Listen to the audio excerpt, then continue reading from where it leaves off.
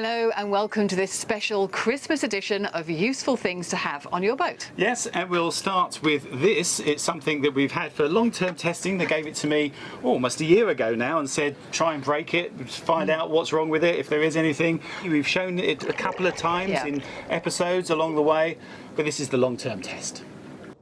Well, I haven't managed to break it yet. It's still going strong. It is on sale now. They've made some improvements on it and on the app. I'll go through some of those at the end. But first of all, just want to sort of talk about what it actually is, what its job is. Really, it's a replacement for this, which would be a marker buoy that you would normally put down with a load of rope and weights and pulleys, and it's always a mess and difficult to deploy and doesn't really stay well, sort of drifts around, so it's never a great thing to have to use. So that's what it's replacing, and it's doing a little bit more than that because it's got the clever electronics that go in it as well. It's got the line, a Dyneema line that just pulls out the bottom, 25 meters of that, and it's good. It's got good tension on it, so this does really stop on top of the anchor quite nicely. It's just a well organized system, makes it much easier to use, so you're much more liable to use it, I suppose. We only really use it when situations allow, same as you would do for the marker buoy type thing, but I think you probably end up using it a little bit more because it's so much easier to use. So let's go back to the test and show one of the times that we were using it. It sits there above your anchor, so you can see where it is, but it's transmitting that information back to this. This is a base unit stroke charger, and it's got the little smart sort of bit in it that you take out. So you take it out of the charger and then insert it into the buoy itself. So you put the buoy in with that in, and it will take that information back to this base station, and that acts as an alarm which will go off on its own. It also connects the base station to your phone, so you get all the information on your phone and puts the alarm on your phone. So it's just a more accurate way of having an anchor alarm because you actually got it on the anchor, not on the boat, so you don't have to calculate that swing and not have the anchor in exactly the right place, all those sorts of things. And if your battery dies in your phone, it doesn't matter because you're still going to get an alarm that goes off from the base station. So you clip it onto the anchor and then you can just throw it in, or sometimes I just put it on the bowsprit.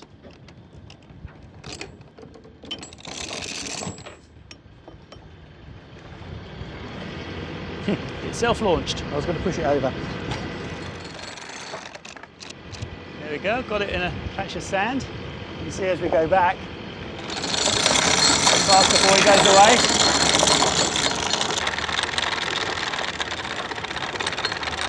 Pulled. See the anchor point right up there in the distance. So it does show you exactly where your anchor is, which is always quite nice. Okay, little pull. Oh yeah, that was solid. And that's the reason we're using it here. It's a notoriously bad anchorage, thin sand and a rock bottom. Diving down, we can see the buoy is directly over the anchor, but the anchor is not properly set. But here we're in the trade winds, it's unlikely to shift and we're not going to be long. But I'm happy to stay put for a bit, but glad to have the vision anchor which will feed me useful information. The Dyneema line is rated at £880, so as long as you don't go mad with it, it could be used as a trip line if your anchor is under a ledge or something.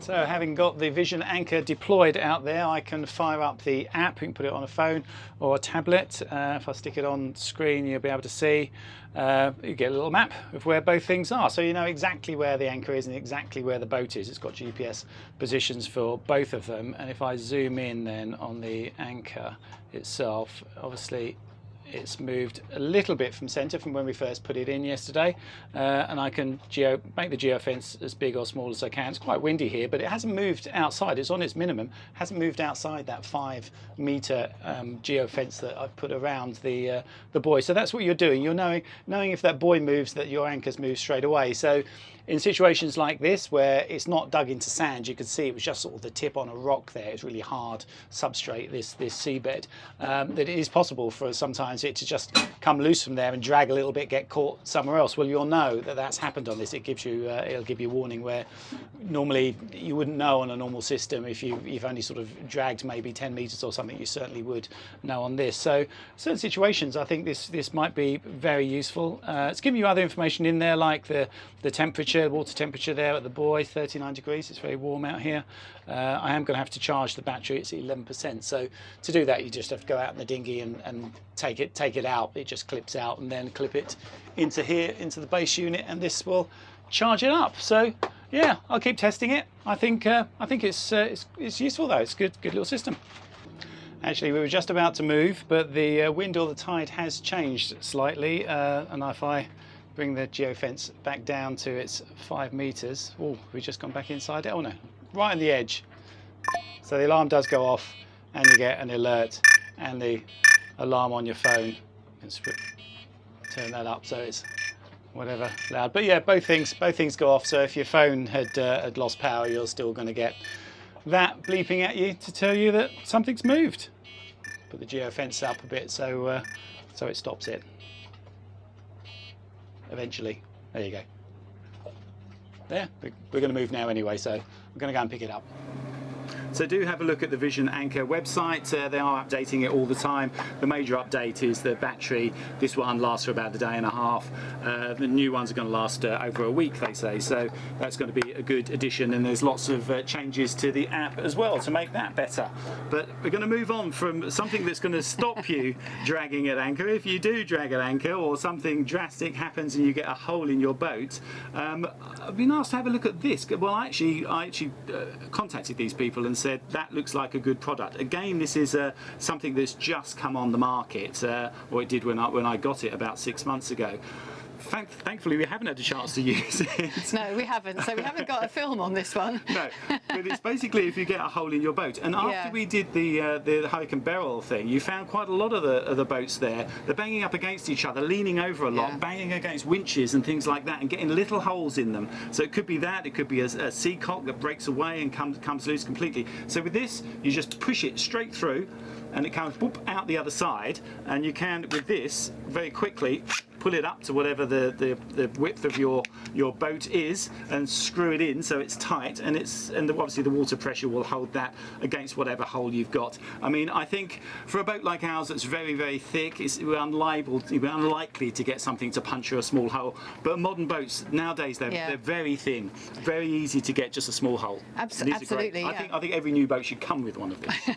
Or several. It's the Roberts leak plug. Great idea. It is. Now, moving on to nicer things to have for Christmas on your boat. We have used a lot of these induction earphones and earpods, and this is the latest, and I love it. They're called Lytmi. Now they come in this handy charging box with a USB-C output there, so I charge them every couple of weeks depending on how much I use them. And the best thing about them is they're incredibly light, so you can easily attach them to your ear. And you'll notice that they don't go in the ear like earpods, which I much prefer. They sit outside the ear like this, touch there, and it switches on. Now I use them for exercise. They fit quite snugly, and I don't have to worry about them falling out when I move. And also when we're on passage, they are a really comfy way to fall asleep when I'm off watch. The only problem is the wake up alarm can be a bit of a shock. Now I was expecting these to cost a small fortune, but they're not that expensive, less than $40 online, so a very good stocking filler. Yeah, those sorts of things are always really good stocking fillers. We have still got the aftershocks, which is one of the things we first tested about 3 years ago, still going strong, so I think these sorts of things are great to have. Got one other thing that I'm just about to show you, which is small, so it could be a stocking filler, but I think actually you could get away with giving this as a main present to someone because it's really useful. Yeah. It's really good. I love it. Okay, we've got a good one now for all you cheapskates out there.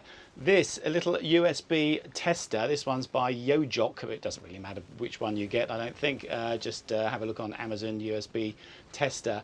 And I'll tell you why these things are so useful. I mean, it's mainly because we are using these days so many appliances on board, like your iPads and whatever, that need to be charged by USB-C or whatever, cable, micro USB sometimes, and the worst of all, I would say, if you've got an old iPhone like we have that's still on the lightning cable, these things are a complete nightmare. In fact, if you've got an old iPhone, don't even bother to use those. Get an induction charger and do that, because then you can have a USB-C on the end of that, and it just flicks on the back of the the phone and will charge it by induction, and that gets rid of the problem of the port in the bottom of the phone. I mean, also with all these ports, they will certainly for ones that are outside. We've got one here. This is something that's meant for a motorbike, and it's got a USB-C and a USB output on it. We use it for our navigation tablets and all that sort of stuff all the time, especially because it's outside. It needs a regular spray, so get yourself some electronic cleaner. We go through loads of this stuff. You're spraying these things all the time, so just open it up and give it a good squirt inside. You can get some WD in there after that as well. Once that's dried out a little bit, it just goes in there, blasts it, cleans it a bit, and then goes away. I mean, if you've got a connector that you can rub as well, put it on there, give it a bit of a rub, and that'll help. But one of the things about USB connections is that people don't understand exactly how they work. So let's go through a little bit of that, because that will help you out, and this device will help you show what's actually happening, because you never know. Quite often you plug something in, it doesn't work, and you don't really know why. So first of all, I'm going to plug this one in. I'm going to plug the USB section of it in. I've got a camera up here that's recording, so we should be able to see what's on there, so I can put that on screen. They're quite small. I need my glasses normally to look at that and see what it is. I'm just about make out what it's got on there. It's got 5 volts, which is what these run on natively. They're all USBs, will run on 5 volts. So I'm going to plug that in now to something. Let's get a USB-C cable, and I'll plug this into the iPad. So I'm going from standard USB, output USB-C. On the other end of that, I'll plug into my iPad down here, and it hasn't gone ping, so it hasn't come on. I'm not surprised, because the USB-C, the normal output, is limited to 5 volts. This wants to take quite a lot of charge. So, I mean, if you look at the figures there, it's got 5 volts, but no amps are going. It can't detect it, it can't see it, it's not taking a charge. But it doesn't mean to say that that socket's not working. If I unplug it from there and plug it into the little camera, let's have a look at it now. So yeah, so it's still got 5 volts, but it's actually putting half an amp in there. So it is charging it. It can see it, it can charge it, even through the USB, just the normal USB socket here. Now, the other thing I can do to make that better is to not use the USB-C, the standard USB, sorry, but the USB-C. So I'm going to plug that one into there. This is the USB-C that's just gone in. So let's now plug this USB-C into here. So this is now USB-C all the way through. And if I have a look, yeah, it's gone up to 9 volts. So it detects it. With USB-C, it's got a feedback circuit. It knows what's plugged into it. Instead of trying to supply 5 volts, it can supply 10. So now it's supplying 1.6, 1.7 amps down it, which is great. So if I now unplug it from the camera and put it into the iPad, let's see if it will actually start charging this. Yeah, it went beep, it is there. So if we have a look at what we've got, yeah, 11.4 volts, it's supplying 2.1, 2.19, yeah, it's going up. So yeah, it will give a good healthy charge when it's USB-C all the way through. And the voltage of this battery is only 12.5. Sometimes it could be the voltage of your battery that's low, that's sort of making the system not work at all, or not work so well. I can actually, with this one, I can flick a switch down here and put the charger on. So you'll see now it'll ramp up slowly. This is because this is coming off the starter battery of the boat. I've now put the charger on from the lithium battery. So now look, we're up to 14 volts. It'll go up to about 14.4 volts, and then you'll see actually I'm getting better performance now. I'm getting 12. It's now 12 volts and 2.4 amps. And that could be the difference on some systems of it working or not working, just the voltage of the battery you're feeding it with to begin with. So I would say definitely worth getting one of these little things. Take it around your boat, test out all the different outputs and see what's happening, and you can actually find out if something's not working at all or is just a bit low on voltage or bad connection or whatever it happens to be. Good way of testing it. Now, one of the most useful things for us on a boat is a good dry bag. We need it to keep our cameras dry, in particular when we go out filming. So we're always on the lookout for new ideas, and I like this one. We first came across Ugo at the Annapolis Boat Show when we were looking for a bag that is waterproof and dustproof. Well, we found it. We have the zipper that when it's closed and locked, it is airtight, which is better than waterproof. There's 6 compartments in there. It's all padded, so you don't worry about dropping it. Now these padded compartments are really useful because they protect the different parts of your camera.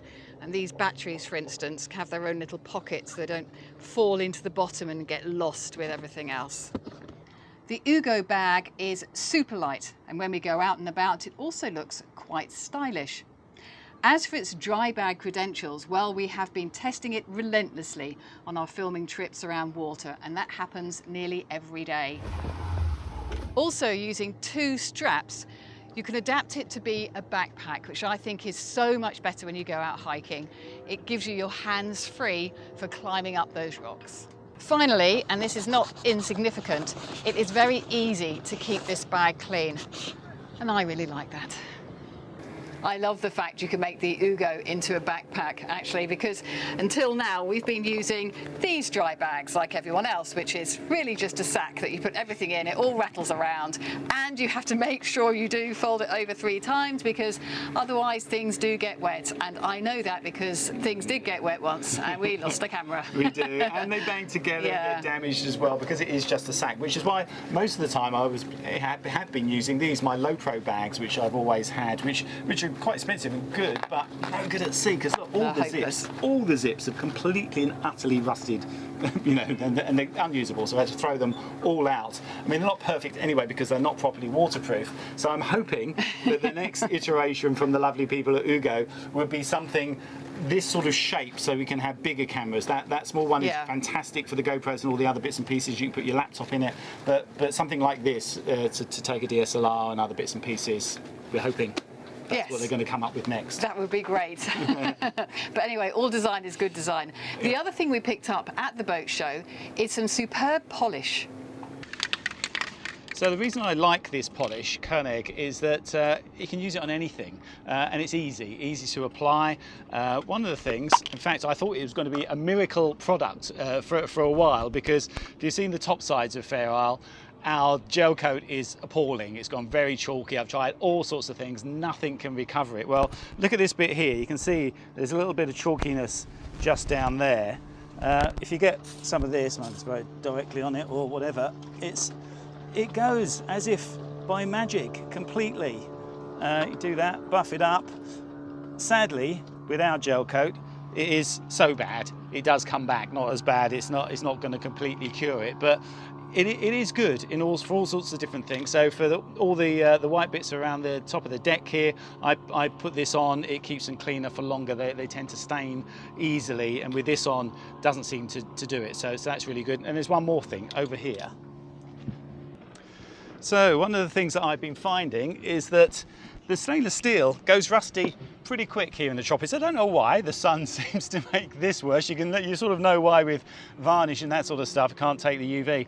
Maybe it's that there's not as much rain. Now we're in a place where we're getting lots of rain, but actually up until now it's just been salt spray on it, and if you don't clean it off every time straight away, then you start to rust. So I mean, I do try and keep them clean. You see there's some little bits of rust just on here. So what I normally do is get some of my normal polish, the metal polish on those. If it's really bad, I'll use some Barkeeper's Friend on things first, but I don't tend to let it get that bad. So I find that's the quickest way of doing it. A bit of Barkeeper's Friend if you need it, then the metal polish, but then quick spray with the Koenig, which just puts this polish on it. It's a Canuba based polish, and that tends to protect it, and it makes it last longer before the rust comes back. So that's really good. One thing though, just to note, do not use muriatic acid on it. This stuff is great for getting rust stains off of fiberglass, and it will take rust off of stainless steel really quickly as well, but it eats into the stainless steel and then it comes back really quick. So yeah, there's no magic formula for using that. You've got to put a bit of hard work in. Now, this final Christmas present for boaties isn't really a thing. So if you're not going to see the person you're buying for this Christmas, you can get this online. It's an app. Yep, it's called QuarterMaster. It's for keeping track of everything that you've got on your boat. Now, if you think that a boat's small and you're not going to lose things, you'd be wrong, because we lose things all the time. I'm afraid we do. Too many cupboards. So let's have a look at this. I'll put it up on screen so you can see it. As I say, it's called QuarterMaster. So you put it on, you can put in your own categories for whatever you've got. If I want to search something, so let's say I don't know where my FIDs are, I can put FIDs in there. It tells me they're in the chart table because I've logged that. So yeah, all those sorts of things. If I want something new in there, I can just press the plus, put in the name, a description, take a picture of it. So when I store my plunger, I just take a picture of that. It'll tell me where it is, and it'll be, you know, in a hurry when you want something. You don't have to start digging through lots of cupboards that are underneath things. You've got to take things out to get to them. That's always been the problem that I've had, is that you spend half an hour digging through thinking that something's in it, buried in a cupboard, and it's not there. So it's really annoying. So this is going to be a lifesaver. Or you could put FIDs in lots of different places, so you've always got them. Have multiple sets of FIDs. Yeah, you could do that as but well. no, this is much better to actually know where the things are. There's also an element there that you can, when you're doing your shopping, you can take pictures so that you know when you're running out of certain items. Yeah, we're there's lots of different never going to bits. be organised enough to get our pantry to know that, oh yeah, we're down to our last tin of tomatoes or something. I don't think we're ever going to be organised. But some for that, people I'm are. afraid. But some So people are. yeah, so if you are, this is a really good way of organising yourselves. It is. So that's it for this Christmas edition. So thank you very much to our patrons for watching. Thank you to our subscribers, and thank you, and do have a very Merry Christmas. Happy Christmas.